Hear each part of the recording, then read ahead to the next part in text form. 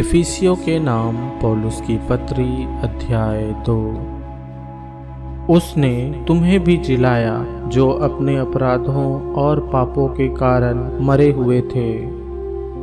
जिनमें तुम पहले इस संसार की रीति पर और आकाश के अधिकार के हाकिम अर्थात उस आत्मा के अनुसार चलते थे जो अब भी आज्ञा न मानने वालों में कार्य करता है।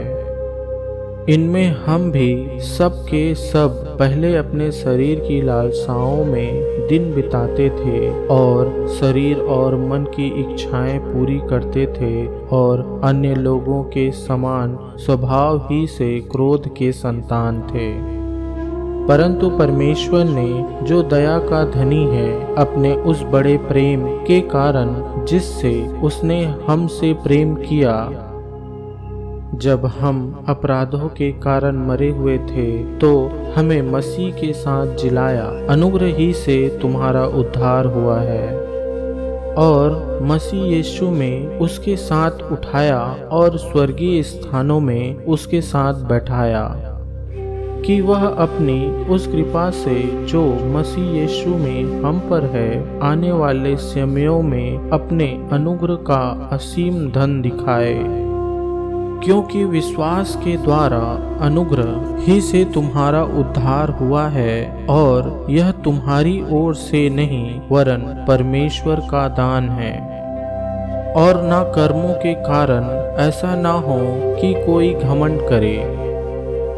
क्योंकि हम उसके बनाए हुए हैं और मसीह यीशु में उन भले कामों के लिए सृजे गए जिन्हें परमेश्वर ने पहले से हमारे करने के लिए तैयार किया।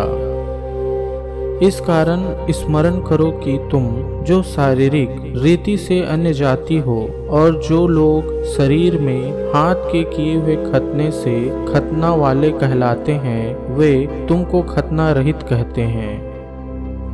तुम लोग उस समय मसीह से अलग और इज़राइल की प्रजा के पद से अलग किए हुए और प्रतिज्ञा की वाचाओं के भागी न थे और आशाहीन और जगत में ईश्वर रहित थे। पर अब मसीह यीशु में तुम जो पहले दूर थे, मसीह के लहू के द्वारा निकट हो गए हो, क्योंकि वही हमारा मेल है जिसने दोनों को एक कर लिया और अलग करने वाली दीवार को जो बीच में थी ढा दिया, और अपने शरीर में बैर अर्थात वह व्यवस्था जिसकी आज्ञाएं विधियों की रीति पर थी मिटा दिया, कि दोनों से अपने में एक नया पुरुष उत्पन्न करके मेल करा दे,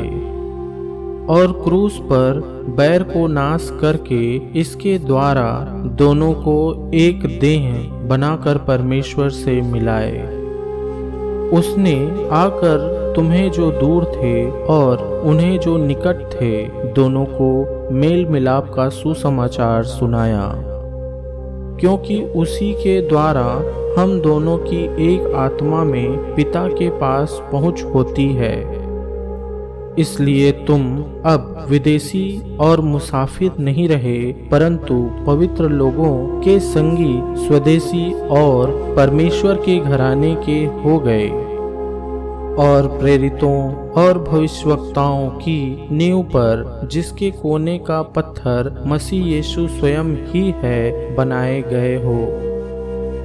जिसमें सारी रचना एक साथ मिलकर प्रभु में एक पवित्र मंदिर बनती जाती है,